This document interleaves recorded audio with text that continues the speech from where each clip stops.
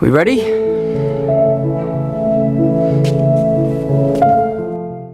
The MCU might have been a mix of hits and misses in the recent past, but the track record suggests that the Spider-Man movies have always been the one redeeming quality of MCU, even in its darkest hours. The much-awaited Spider-Man: A Brand New Day is all set for a 31st July 2026 release, and there's already a lot of excitement among the fans for the return of Spider-Man, featuring Tom Holland. While most of the things around the movie have been closely guarded secrets, in this video, I'll try to bring you some of the major things that you can expect from this film, which can be a make-or-break moment for the future of the MCU. Before we go into our explanation, we have a very small request. If you like our content, please support us by subscribing to our channel. This is a small click for you, but for us it means a lot. Thank you. Let's begin. A true fresh start for Peter Parker. Let me start by saying that the title itself tells us everything we need to know about the direction of this film. Spider-Man: Brand New Day is a direct reference to the iconic comic storyline that followed the controversial One More Day arc. And if you remember how No Way Home ended, Peter made Doctor Strange cast that spell that erased him from everyone's memory. That means MJ doesn't remember him, Ned doesn't remember him, and Peter is completely alone in the world. This movie is going to explore what happens when Peter Parker has to build his life from scratch without any of the support systems he's relied on for years. Tom Holland himself called it a fresh start during CinemaCon, and director Destin Daniel Cretton confirmed they're exploring the next stage of this character's journey.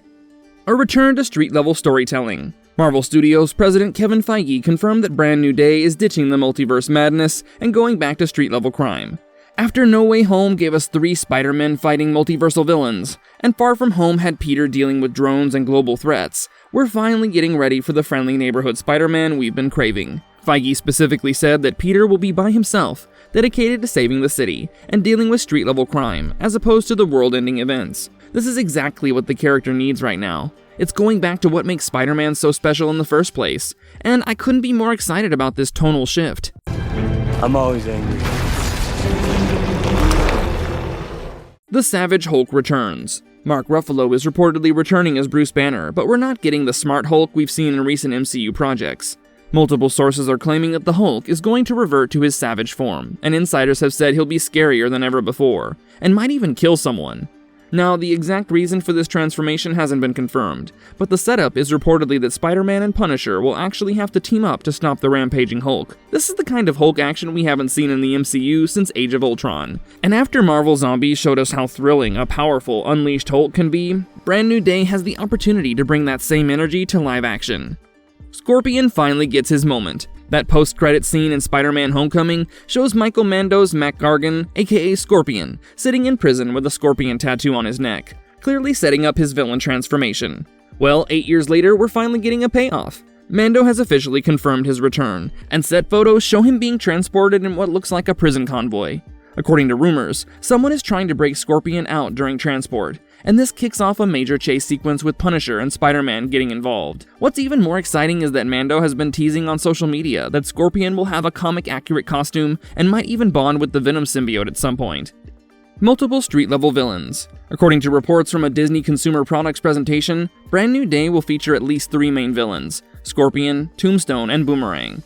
And if other rumors are to be believed, we might also see characters like Tarantula and Ramrod making appearances. What I love about this lineup is that these are proper street-level threats. These are criminals and gang members fighting for control of New York City. Tombstone is a local gangster with superhuman strength.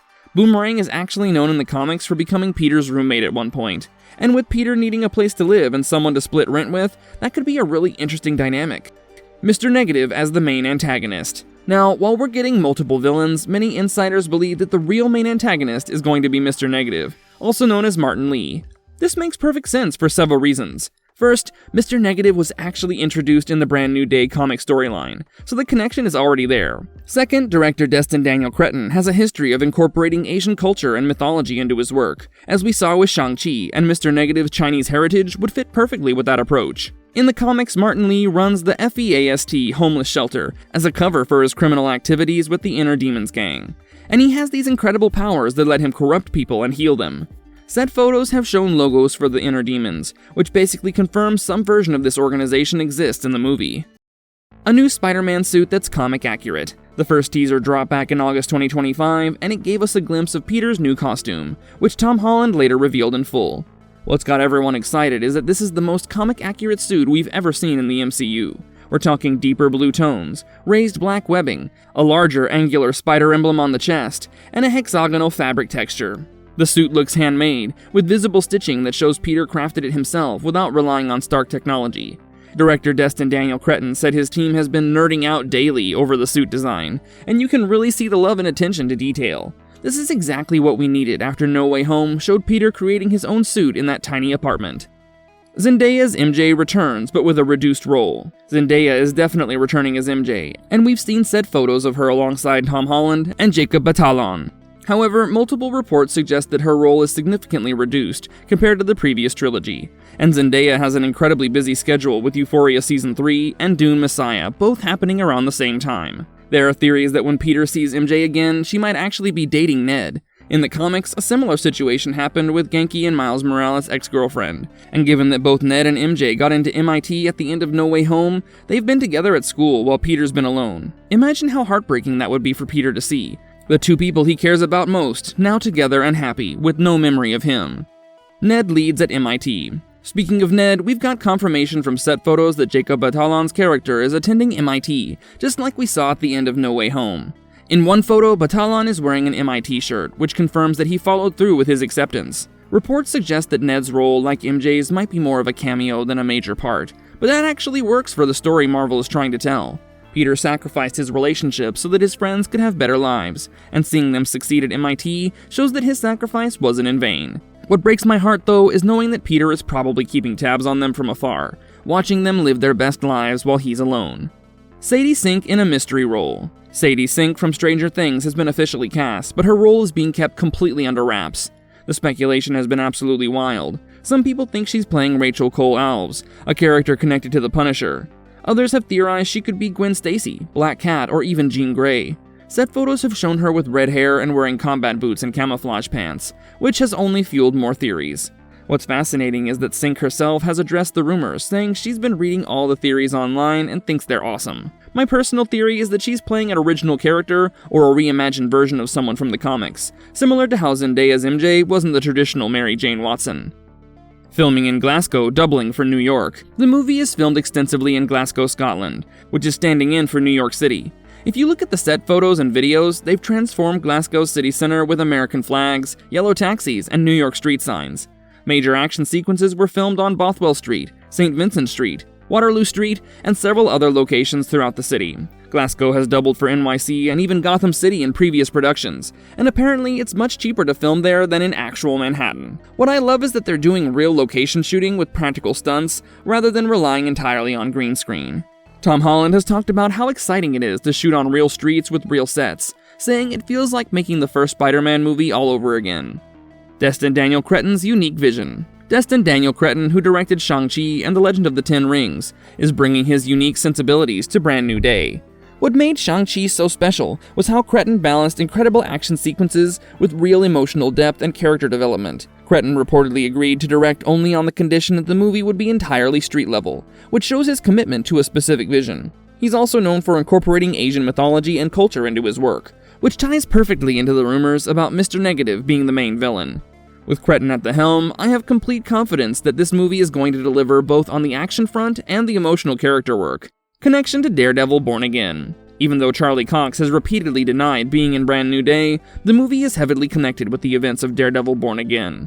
At the end of Born Again Season 1, Wilson Fisk becomes mayor of New York and makes vigilantism illegal, creating a hostile environment for heroes. The Punisher ends up in prison but escapes in the finale, and there's reportedly a special presentation showing how Frank Castle's actions create a power vacuum in New York's criminal underworld. This vacuum leads to gang warfare, with criminals like Tombstone, Boomerang, and Scorpion all fighting for control of the city. Spider-Man Brand New Day picks up in this chaotic environment, with Peter trying to restore order to a city that's gone completely off the rails. The Venom symbiote connection. Multiple reports suggest that the Venom symbiote is going to play a role in Brand New Day, potentially setting up the black suit for future films. Remember at the end of No Way Home, a piece of the Venom symbiote was left behind in the MCU when Tom Hardy's Eddie Brock got sent back to his universe. Set photos have shown a poster with the words symbiosis on it, which many believe is more than just an Easter egg. Some rumors claim that Martin Lee's FEAST organization might actually be a cover for experiments involving the symbiote. There's even speculation that Scorpion could bond with the symbiote by the end of the film. since in the comics, Matt Gargan does become Venom. Whether we see Peter wear the black suit in the movie or it's just being set up for Avengers Secret Wars, the symbiote connection is definitely going to be a major talking point.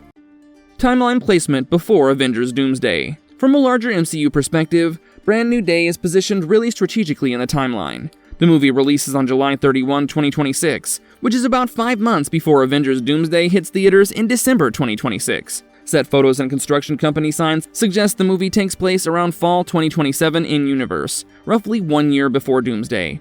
This is important because it means Peter is dealing with street-level threats, while the rest of the MCU is gearing up for the massive confrontation with Doctor Doom. What's interesting is whether Peter will ever be involved in Doomsday, or if his arc in Brand New Day keeps him separate from the larger cosmic events. Some speculate he might only appear in a post-credits scene for Doomsday, saving his major return for Secret Wars, where he could finally get the black suit. Either way, Brand New Day is clearly setting up Peter's character for whatever comes next in Phase 6. Possible Kingpin post-credits setup. While Vincent D'Onofrio has said he doesn't expect his Kingpin to appear in Brand New Day due to complicated rights issues, there are rumors of a potential post-credits scene that could tease a future confrontation between Fisk and Spider-Man. According to the Cosmic Circus, the plan with Kingpin is to have him face off against Spider-Man, which hasn't changed. And for Brand New Day, it's possible we could see a mid-credits or post-credits scene that would tease an upcoming bout against them. In the comics, Kingpin was actually a Spider-Man villain before becoming Daredevil's arch-nemesis, appearing first in Amazing Spider-Man number 50. With Fisk now as mayor of New York and running the city with an iron fist, a confrontation with Spider-Man feels inevitable. Even if we don't get it in this movie, a tease would be absolutely perfect and would give fans something massive to look forward to in Spider-Man 5. Tom Holland's hands-on approach. What I really love about this production is how involved Tom Holland has been in shaping the story. In a recent interview, Tom Holland revealed that he's been actively exploring Reddit threads, Twitter memes, and fan theories to influence the creative direction of the film. He said the fan conversations have been both thrilling and terrifying to read, but he wanted to make sure they were listening to what audiences actually want from a Spider-Man movie. Holland also mentioned that this is the first time he's been on set for day one of a Spider-Man production, which speaks to how invested he is in getting this right. He's described putting on the suit again as feeling like the first time, even though it's his 7th time playing the character. A more mature Peter Parker. One thing that's really important to understand is that this Peter Parker is different from the one we've known. By the time Brand New Day takes place, Peter has finished high school. He had to get his DED after the memory spell, and he's likely in his 3rd year of college. He's lost Aunt May, he's lost his friends, and he's been operating completely alone as Spider-Man for over a year. This is a Peter who has experienced real loss and sacrifice in the ways that the previous trilogy only hinted at. Tom Holland has said that this movie represents Peter finally becoming a proper Spider-Man, who's dedicated to saving the city on his own terms. We're going to see a more mature, more experienced hero who understands the cost of being Spider-Man. The promise of something we haven't seen before. Destin Daniel Cretton said they're working to create a ride that we haven't really seen before. Kevin Feige talked about how this is the first time we're really seeing Tom Holland's Spider-Man as a true neighborhood hero. Tom Holland himself has said the movie represents exactly what the title promises, a fresh start. After 3 movies that were essentially coming-of-age stories, with Peter learning to be a hero under the shadow of Tony Stark and the Avengers, we're finally getting a Spider-Man movie where Peter stands completely on his own. No tech, no backup, no safety net. Just Spider-Man doing what Spider-Man does best, protecting the people of New York City. That's the Spider-Man movie I've been waiting for since 2016, and I genuinely believe Brand New Day is going to deliver it. Marvelous verdict. A movie worth looking forward to. The early signs that we're getting about this upcoming Spider-Man movie are quite promising, and I honestly believe that the film will not disappoint. The new version of Spider-Man and his new struggles and adventures can mark a new era for the MCU, and Tom Holland has a long way to go if he can ace the role of Spider-Man yet again. Let me know in the comments below what you're most excited about for Brand New Day. Do you think Mr. Negative is the main villain, or could there be someone else pulling the strings? Surely this is a movie worth all the wait and anticipation. And if you like our content, don't forget to leave a like and subscribe to us if you haven't already. Have a good one and be safe. Thanks, everyone.